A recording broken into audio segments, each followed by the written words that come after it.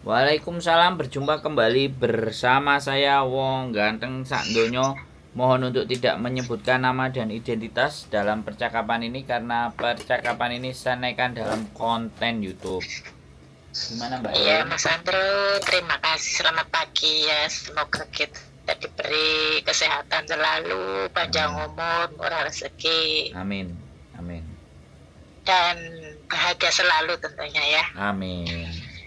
Eh, di sini saya mau tanya, boleh kan, Mas Andro? Oh, boleh. Nanya mah boleh. Iya, iya, iya.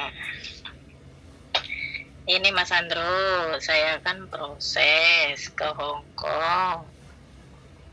Terus kan yang ngambil majikan lagi gitu, majikan yang dulu gitu. Siap. Tapi kan udah baca chat saya kan, Mas Andro? Kenapa? Udah baca chat saya. Belum Mbak, belum. Oh, belum. Iya. Oh, ya udah. Anggap aja Terus belum, kan, makanya cerita aja sampean. oh gitu. Oh iya. Terus kan saya diambil majikan lagi gitu loh. Tapi majikan saya nggak tahu waktu yang ini kemarin ikut kerja, saya dulunya pernah masuk ke Hong Kong gitu. Terus kan saya sampai beberapa tahun itu di majikan ini 10 tahun lebih lah gitulah bilangnya. Terus kan sampai akhir saya pembikinan ID yang sekarang itu, rekam ID yang sekarang di Hongkongnya. Terus kan saya udah bikin ID itu, terus saya nggak ngelanjutin kontrak gitu. Tapi waktu itu saya pernah extend gitu. Sebelumnya extend mungkin sudah kelihatan, cuman kan saya cuman extend nggak renew gitu loh. Jadinya diperbolehkan ngambil visa sampai berapa bulan gitu loh. Terus saya pulang ke Indonesia. Otomatis saya pulang ke Indonesia tahun 2022. Nah, kena itunya kan seharusnya sudah kelihatan mungkin ya. Dan saya pulang ke Indonesia, di Indonesia udah 1 tahun ini. Nah, yang kemarin itu rame-rame katanya yang pada kena, yang dulu-dulu data ganda di Hong Kong itu, banyak yang kena lah pokoknya ya Mas Andro, banyak yang dipanggil gitu loh untuk sidang. Tapi kan saya nggak tahu permasalahan ini sebelumnya karena saya di Indonesia 1 tahun ini. Nah, sekarang saya proses lagi di majikan ini, di majikan saya itu udah masuk ke imigrasi dokumen yang dulu, dan mungkin sekarang dipendingnya karena itu belum keluar visanya itu. Jadi ya cuma nanya, misalkan saya ada jaminan majikan menjamin saya di approve visa, saya bisa masuk Hong Kong, mungkin saya juga dipermasalahkan juga ya Mas Andro. Terus di sini sih saya ya sudah menurut SOP masuk ke Hong Kongnya gitu, cuman saya masuk SOP-nya itu pembikinan ID-nya itu yang dulu merit, sekarang aku masuknya single begitu loh. Cuman nanti aku nggak tahu untuk permasalahannya nanti. Saya cuman bertanya saja, misalkan di approve saya ada tantangan baru, nggak di approve ya saya terbebas begitu saja. Terus saya ingin cari solusinya itu bagaimana nantinya begitu. Dah, terima kasih ya Mas Andro. Oke, pertanyaan saya gini. eh Pertama kali sampean ke Hong Kong itu apa yang dengan yang kedua kali itu sampean beda data? Beda, Nah, beda semuanya. terus habis itu kita harus kembali ya karena sampean sudah masuk 2 kali ke Hong Kong dengan data yang berbeda, otomatis sampean terdetek 2 data. Iya, iya, saya tahu, udah tahu itu. Nah, Karena teman saya udah itu, saya telepon teman saya juga sama di situ. jadi kalau sampean terdetek 2 data, seandainya ini di apply dan kemudian Hmm. sampean visanya sampai turun, Iya. ya sampean nggak perlu khawatir, nggak perlu bingung. Oh, begitu. Nah, Oh, begitu ya. Ya. kalau dia permasalahkan bahwa pas waktunya renew, kamu itu sebenarnya ada 2 data. Bilang aja kayak gitu masuk, wah, baru sampean akan ngomong, saya nggak ngerti. Yang saya tahu PT saya memberangkatkan saya, udah gitu aja. Oh, Dan begitu. dan Iya, saya iya. masuk, dan saya udah bisa masuk Hong Kong. Nah Iya, sekarang iya, iya. sekarang terserah sama kalian. Ini ada majikan Iya. yang mau sama saya. Kalau Ah, kalau kalian mau ibaratnya kalau sudah masuk ke majikan, ya iya. kemungkinan besar ya sampai nggak ada masalah sampai akhir finish. Karena Iya, iya, iya. ada penjaminnya. Yang sampean Oh, iya, tanyakan iya. kan tantangannya apa kalau sudah masuk. Ya kalau sudah masuk ya ada majikannya, ya sampean dapat rezeki. Oh, iya, iya. Nah Iya, ya iya. makanya kan tadi dan nanya Bu Yan. Jadi nanya kalau udah masuk tantangannya apa, kalau belum masuk bagaimana, kan kayak gitu tuh. Iya, iya, iya, Ya, iya, kalau- itu tuh. Untuk penenang hati saja begitu. Ya sekali lagi kan segala sesuatu visa itu kan immigration, depend on immigration. Jadi kalau toh pun sampean data ganda kemudian visanya nggak approve, biasanya imigrasi itu ngasih informasi ke agennya, ada Iya. surat. Jadi setiap Iya. alasan tidak turun visa itu selalu ada suratnya, selalu ada Iya. keterangannya kenapa, why, itu Iya. pasti ada. Iya. Dan itu Iya. yang akan harus dijawab oleh agent yang ngurusin sampean. Iya. Itu satu ya kan, kalau seandainya Iya. nggak turun ya alasannya Iya. ada tahu. Nah begitu turun Iya. sampean masuk ya nggak ada masalah gitu. Oh, iya, iya. Tapi kan agennya saya itu yang sekarang itu nggak tahu kalau saya itu di sana datanya ganda gitu. Majikan saya pun nggak tahu gitu loh. Ya nggak ada Cuman saya masalah. nggak ada masalah. Ya nggak oke, ada oke, masalah oke. kalau dia nggak tahu, paling begitu dia tahu ya sampean yang diamuk-amuk gitu aja loh. Iya, iya, seperti itu. Iya, sih, soalnya kan seperti gini itu. nih Mbak, majikan sampean juga Iya. nggak tahu. Dia udah naruh Iya. duit, dia naruh duit ke agent di Hong Kong itu, kalau uang sudah ditaruh itu tidak bisa ditarik Mbak. Iya, memang. Yang Saya udah tahu memang. yang ada itu mengganti orang. Nah, Iya. dan itu membuat majikan jadi kecewa. Iya. Nah, mengganti orang itu belum tentu ready dalam 2 bulan. Karena itulah prosesnya Indonesia itu terlalu buletisasi. Sampai 2 Iya, iya. bulan proses itu kan. Iya. Iya kan? Di Indonesia itu nggak satset.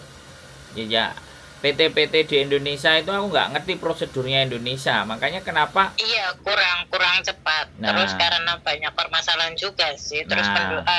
tempatnya juga luas, jadinya susah untuk berinteraksi begitu. Saya yang sekarang melakukan ini, sekarang proses ini gitu. sebenarnya bukan masalah persoalan apa namanya tempatnya luas. Persoalan adalah negara kita. Jadi aparatur negara kita Mbak. Jadi Iya, iya, iya. sistemnya orang-orang yang di atas sana itu sistemnya nggak satset gitu. Beda, Oh, iya, iya, iya. beda sama Hong Iya, Kong. iya. Hong Kong itu di KJRI seminggu, kemudian di imigrasi 2 bulan wes. Nek di Indonesia Iya. kadang-kadang mondar mandir dan gak jelas. Makanya kan sedangkan majikan itu sudah bayar uang lah, ketika sudah bayar uang kan nunggu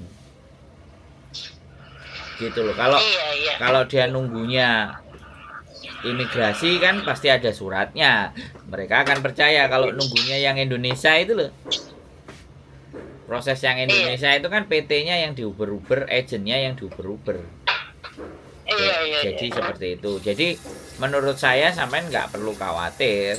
Oh, ya udah, nggak usah terlalu. Cuman saya cuman takutnya Inti- kan tantangannya di Hongkong, memang saya mungkin ada panggilan nanti untuk urusan seperti itu. Teman saya bilang juga nggak apa-apa, yang penting kamu nggak pernah kriminalisasi di Hong Kong, ya termasuk kayak pendataan ganda juga aku sudah masuk ke kriminal begitu. Cuman katanya sih kalau yang nggak masuk pernah ke kantor polisi ini dan itu nggak perlu takut gitu, misalkan visamu di-apply gitu, di-approve gitu loh sama imigrasi.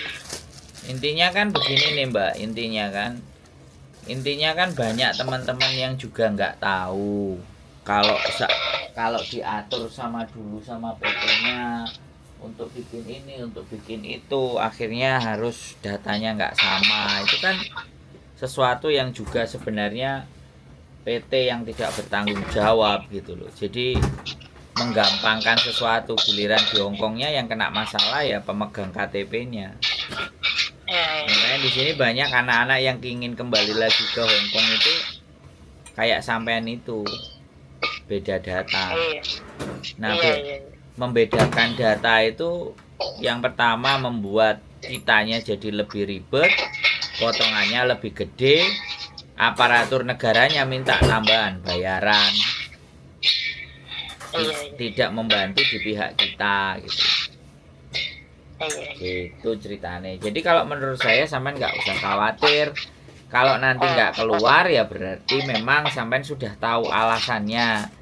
Nggak keluar itu alasannya apa dari agennya. Terus begitu sampean visanya approve ya sampean dapat rezeki. Nyampe di sini ya nggak usah khawatir. Yang penting majikannya mau, sampean kerja beres. Nggak ada masalah. Oh iya. Ya terima kasih Mas. Terus cuma penenang hati saja dari kemarin kan saya agak bingungnya begitu. Sekarang kan majikan masih ngurus di imigrasi gitu. Gimana? Kenapa udah keluar referensinya belum bisa keluar visanya begitu loh, belum di-approve. Jadinya dia tuh maunya bulan ini masuk gitu loh. Tapi ya nggak tahu sih udah masuk 3 mingguan lah ini dari referensi keluar. 2 minggu. Masih 2 minggu lah. Dari apply masuk surat berapa bulan? Sudah. Dari apply dokumen masuk imigrasi tanggal 6 bulan 1. Sekarang baru Februari kan? 1 bulan. Iya. 2 bulan lah. 2 bulan ditunggu. Udah boleh ditunggu. Ya makasih Mas Andro, udah tenang sekarang hatinya. Jadi nggak usah risau dan terlalu bingung begitu ya. Nggak usah panik gitu ya. Jadi tidak. Kalau memang di-approve. Jadi gini loh, kadang-kadang teman-teman itu sangat berharap sekali ingin kembali ke Hongkong ya.